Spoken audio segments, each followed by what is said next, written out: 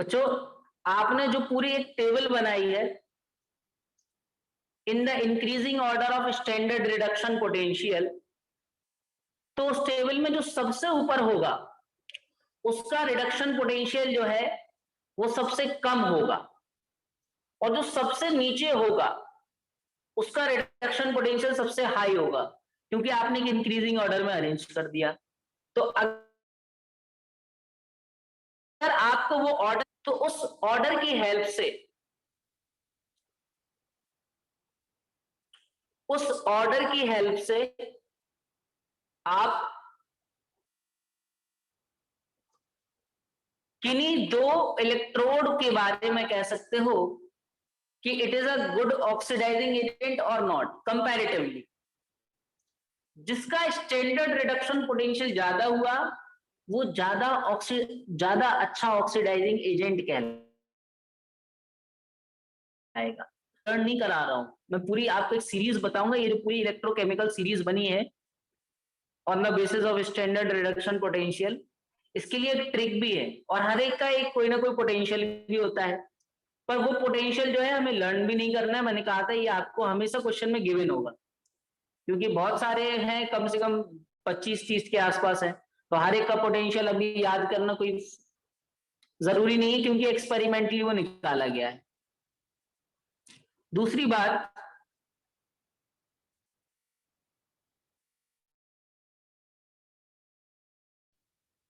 Second point है बेटा इसका,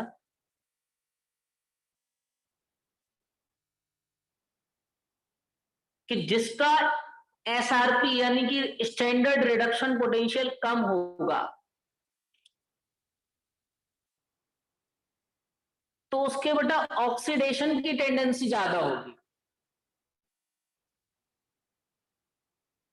जिसका एसआरपी बेटा कम होगा उसके ऑक्सीडेशन की टेंडेंसी ज्यादा होगी, यानी कि वो सब्सटेंस अच्छा रिड्यूस। तो सेकेंड पॉइंट भी बच्चों आप नोट कर लेना कि lower is the SRP. SRP मतलब कि standard reduction potential of substance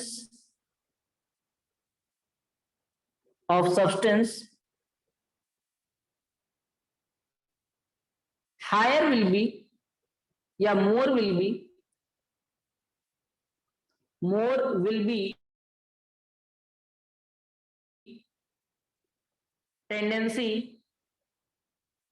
tendency to oxidized,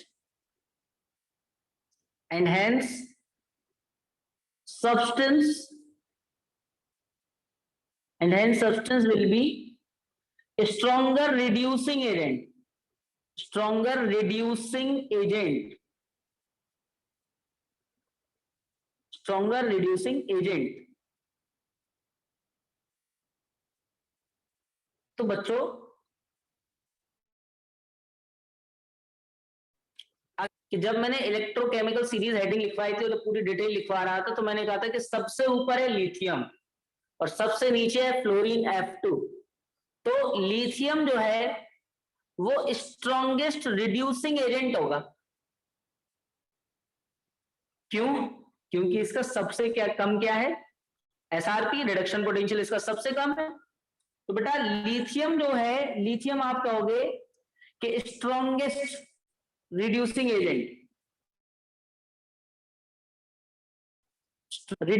agent, और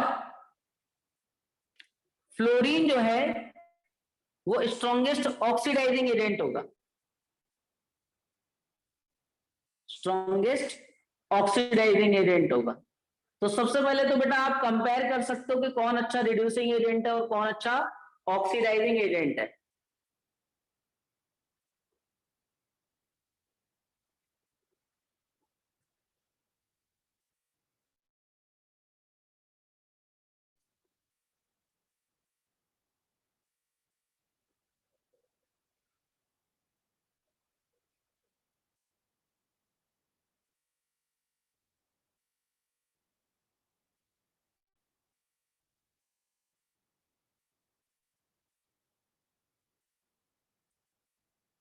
बच्चों नेक्स्ट इसका जो पॉइंट है वो है कि अगर हमको कोई सेल बनाना है तो सेल बनाने के लिए बेटा एनोड वाला जो आप पार्ट लो तो इलेक्ट्रोकेमिकल सीरीज में ऊपर की तरफ अवेलेबल हो और जो आप कैथोड वाला पार्ट लो वो सीरीज में नीचे की तरफ अवेलेबल हो। इससे क्या होगा कि जो आपके पास स्टैंडर्ड पोटेंशियल का नेट वैल्यू आएगा वो आएगा पॉजिटिव।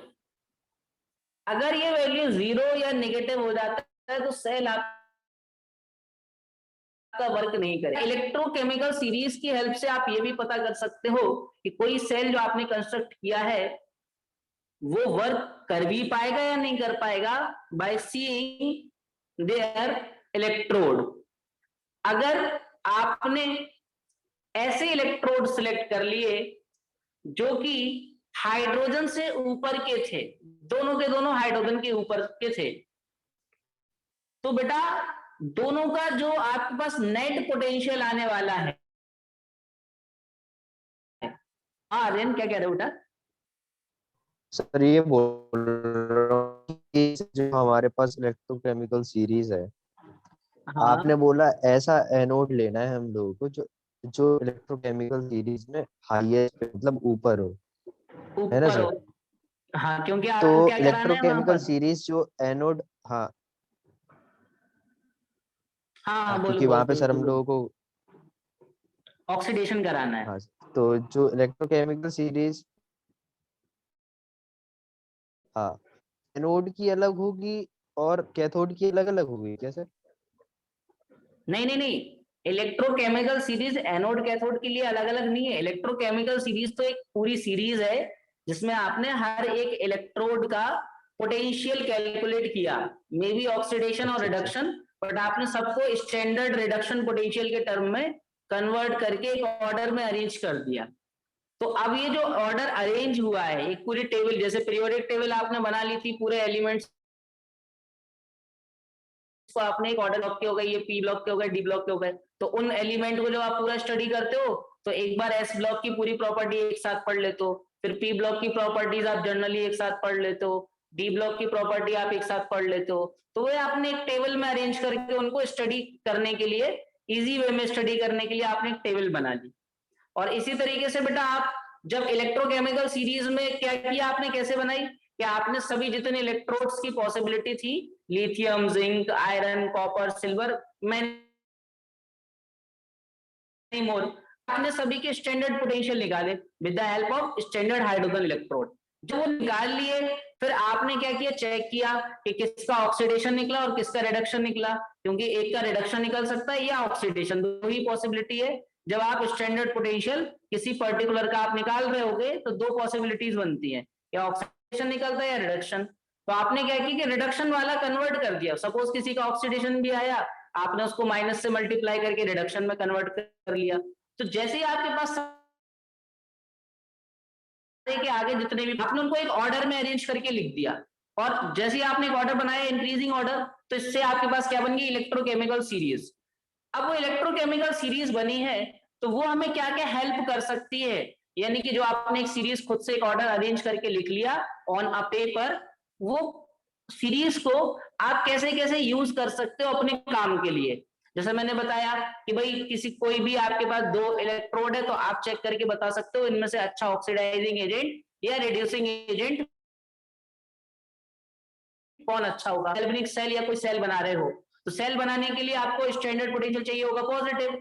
तो अब आपको क्या करना है कि एक जो पार्ट आप एनोड वाला पार्ट ले रहे हो, जो कैथोड वाला पार्ट ले रहे हो, तो आपको क्या चाहिए कि भाई एक जगह ऑक्सीडेशन हो और एक जगह रिडक्शन हो।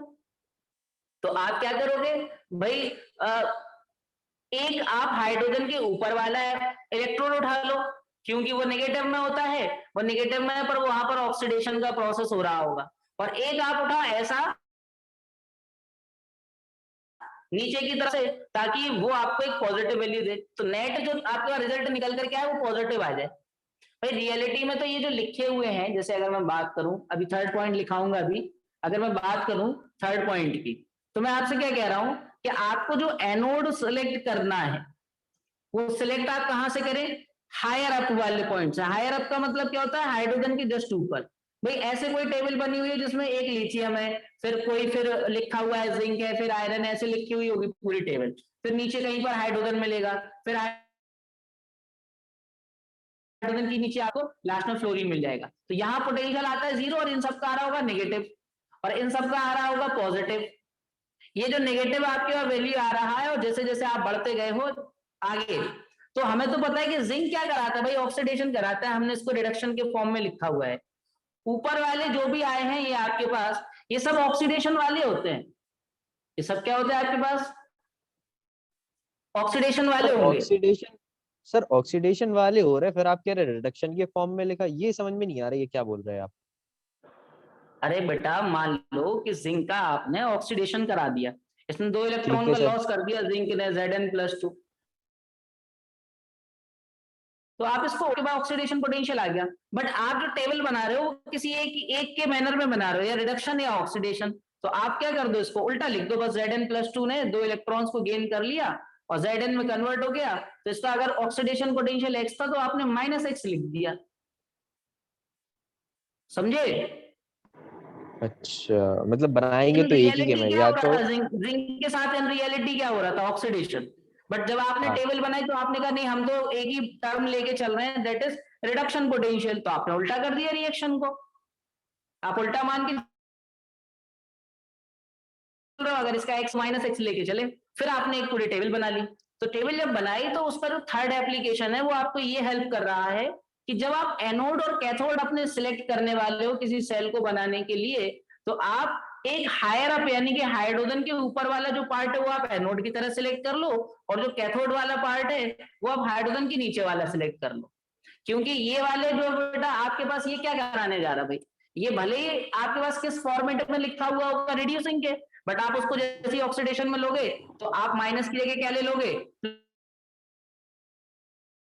Yes sir. भाई ये जो जितने भी लिखे हुए होंगे, जैसे जिंक का आपने नेगेटिव में लिखा हुआ है अपनी टेबल में, बट इन रियलिटी जब आप उसको एनोड की तरह लोगे यानी उसका ऑक्सीडेशन पोटेंशियल लोगे, तो नेगेटिव की जगह आप क्या लोगे, पॉजिटिव। सपोज जिंक का लिखा होगा इधर -x, आपने इसको यूज कर दिया एनोड की तरह, तो आप इसका क्या लिखोगे, +x। और नीचे वाले को तो बेटा आप कैसे यूज करने वाले हो, कैथोड पे, यानी कि इसका रिडक्शन ही आप करा रहे होगे, जैसे Cu is converting into Cu+2, सी भाई प्लस हाइड्रोजन टू के जस्ट नीचे कॉपर। तो ये आपके पास इसका तो सपोज y है, तो आप डायरेक्टली y लोगे ना, इसमें तो कोई चेंजेस करना नहीं है। और जब नेट आएगा तो नेट आपके पास जो पोटेंशियल आएगा वो क्या आएगा, पॉजिटिव आएगा, पॉजिटिव। आई बात समझ में? बोलो, क्या अभी भी कंफ्यूजन हो रहा?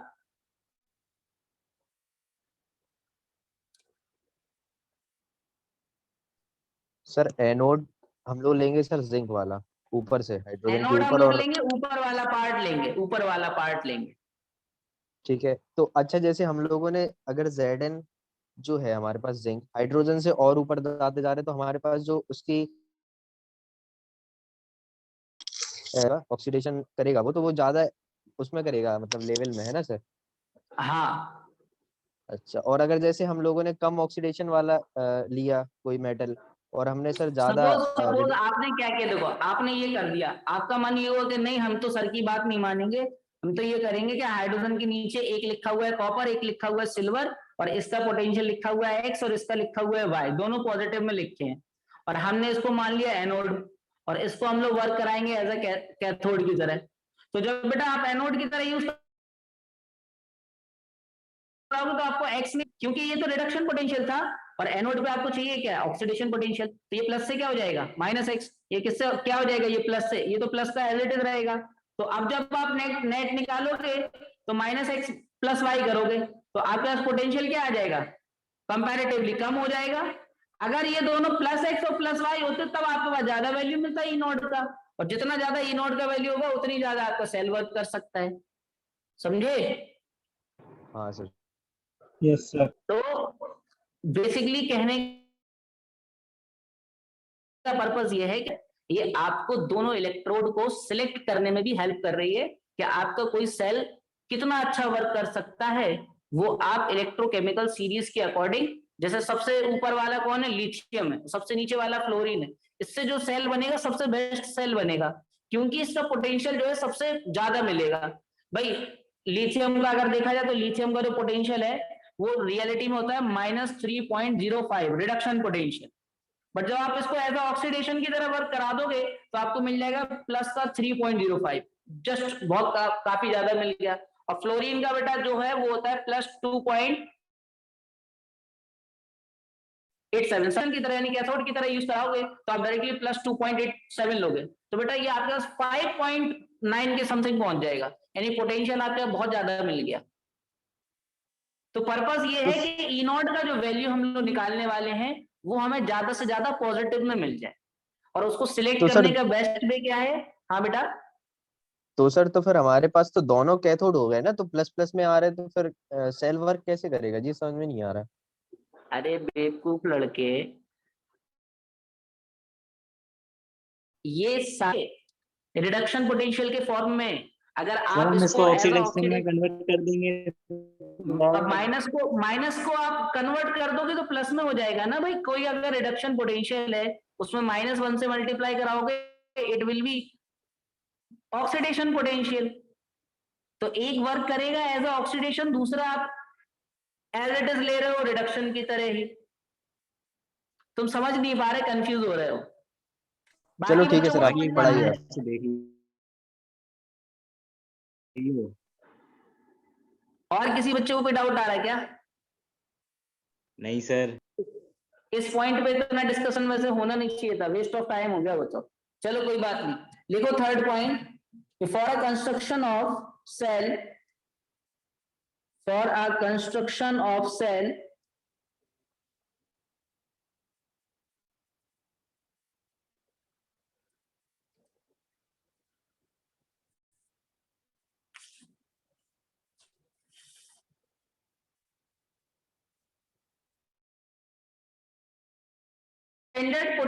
standard potential of cell, E naught of cell should be positive, should be positive